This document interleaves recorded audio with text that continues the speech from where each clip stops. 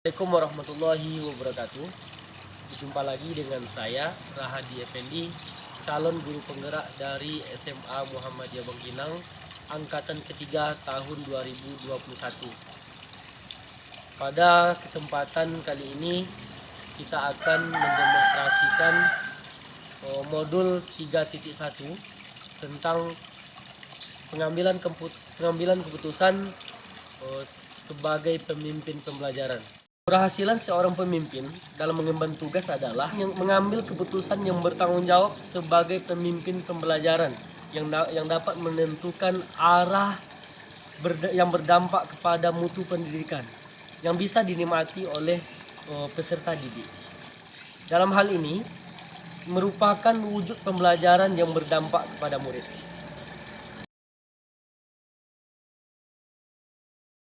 Demonstrasi ini kita mulai dengan menjawab pertanyaan yang pertama, bagaimana Anda nanti akan mentransfer dan menerapkan pengetahuan yang Anda dapatkan di program guru penggerak ini di sekolah atau di lingkungan asal Anda. Berkaitan dengan materi pengambilan keputusan yang bertanggung jawab, saya akan melakukan sebagai berikut. Yang pertama, saya akan mencoba untuk berkoordinasi dan konsultasi kepada kepala sekolah sebagai pemangku kepentingan di sekolah kami. Yang kedua, saya akan melakukan sosialisasi dengan teman-teman sejawat di SMA Muhammadiyah Bangkinang sebagaimana cara pengambilan keputusan yang bertanggung jawab sebagai pemimpin pembelajaran. Dan yang terakhir, bersosialisasi dengan komunitas praktisi seperti MGMP atau lingkungan-lingkungan yang berkaitan dengan pendidikan di gugus kami. Kemudian, apa langkah-langkah awal yang akan Anda lakukan untuk memulai pengambilan keputusan berdasarkan pemimpin pembelajaran? Untuk menjawab pertanyaan ini, saya akan menerapkan 9 langkah pengambilan keputusan. Yang pertama, mengenali nilai-nilai yang saling bertentangan. Nah, langkah ini menjadi penting karena bagi kita untuk mengidentifikasi masalah yang sedang kita hadapi. Nah, kita perlu mengambil keputusan dengan menilainya lebih seksama. Kemudian, penting bagi kita untuk memastikan bahwa masalah yang kita hadapi itu betul-betul berhubungan dengan aspek moral. Bukan sekedar masalah yang berhubungan dengan sopan santun dan norma sosial. Nah, hal ini menjadi penting karena tidak mudah untuk mengenali masalah yang kita hadapi tanpa mempelajarinya terlebih dahulu. Yang kedua, menentukan siapa yang terlibat dalam situasi ini. Kita harus mengenali bahwa masalah ini adalah masalah moral di situasi yang sedang kita hadapi. Nah, karena kalau permasalahan itu sudah menyangkut aspek moral, kita semua harusnya merasa terpanggil.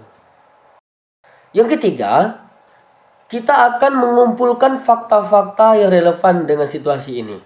Proses pengambilan keputusan yang baik membutuhkan data yang lengkap dan detail.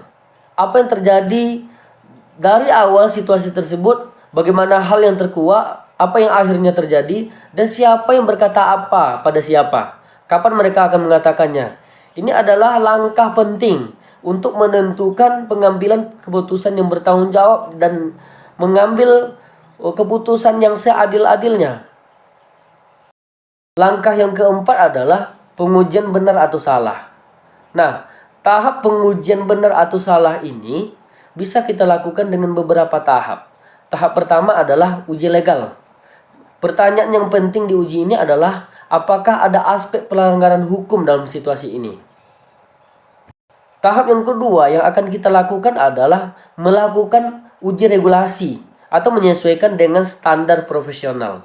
Nah, situasi ini adalah situasi dilema etika dan tidak ada aspek pelanggaran hukum di dalamnya.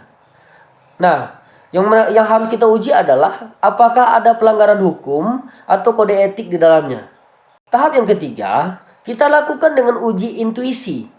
Nah, langkah ini akan mengandalkan tingkat perasaan dan intuisi kita dalam merasakan apakah yang salah dalam situasi ini.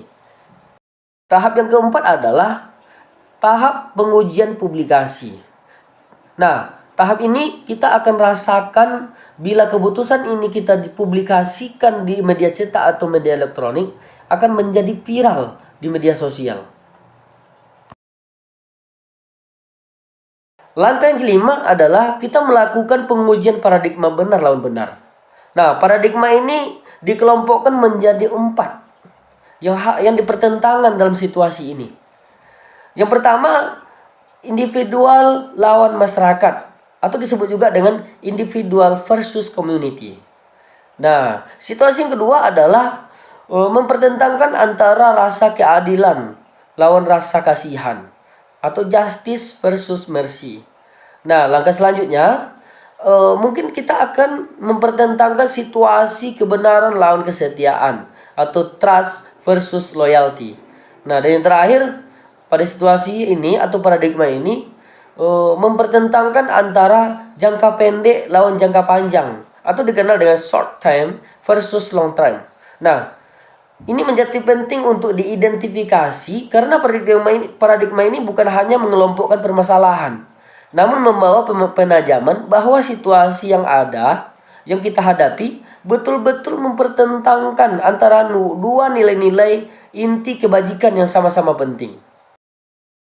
Langkah yang keenam adalah melakukan prinsip resolusi. Nah, terdapat 3 prinsip dalam penyelesaian dilema, yang mana dilema yang dipakai adalah dilema berpikir berbasis hasil akhir, and based thinking. Nah, kemudian berpikir berbasis peraturan, rule based thinking, dan berpikir berbasis rasa peduli, care based thinking. Langkah yang ketujuh adalah investigasi opsi tridilema. Nah, dalam mengambil keputusan, seringkali ada 2 pilihan yang bisa kita pilih. Terkadang kita perlu mencari opsi di luar 2 pilihan tersebut. Kita harus berkompromi dengan diri kita sendiri untuk mengambil opsi yang ketiga. Nah, terkadang akan muncul sebuah penyelesaian yang kreatif dan tidak terpikir sebelumnya, yang bisa saja muncul di tengah-tengah kebingungan menyelesaikan masalah. Ini adalah tahap yang penting untuk pengambilan keputusan yang bertanggung jawab. Yang kedelapan adalah membuat keputusan. Pada akhirnya, kita harus berani mengambil keputusan pada titik yang harus membuat kita membutuhkan keberanian secara moral untuk melakukannya. Langkah yang terakhir atau langkah yang ke-9, lihat lagi keputusan dan refleksikan. Nah, ketika keputusan sudah diambil, lihat kembali proses pengambilan keputusan dan ambil pelajaran untuk dijadikan acuan dari kasus-kasus selanjutnya. Pengambilan keputusan ini juga merupakan keterampilan yang harus diasah agar semakin baik. Semakin sering kita berlatih untuk menggunakannya, kita akan semakin terampil dalam pengambilan keputusan. Hal yang penting dalam pengambilan keputusan adalah sikap yang bertanggung jawab dan mendasarkan keputusan pada nilai-nilai kebajikan universal. Dan selanjutnya, untuk mendemonstrasikan ini, kita akan dihadapkan pada pertanyaan, mulai kapan Anda akan menerapkan langkah-langkah tersebut? Hari ini, besok, minggu depan, hari apa? Catat rencana Anda sehingga Anda tidak lupa.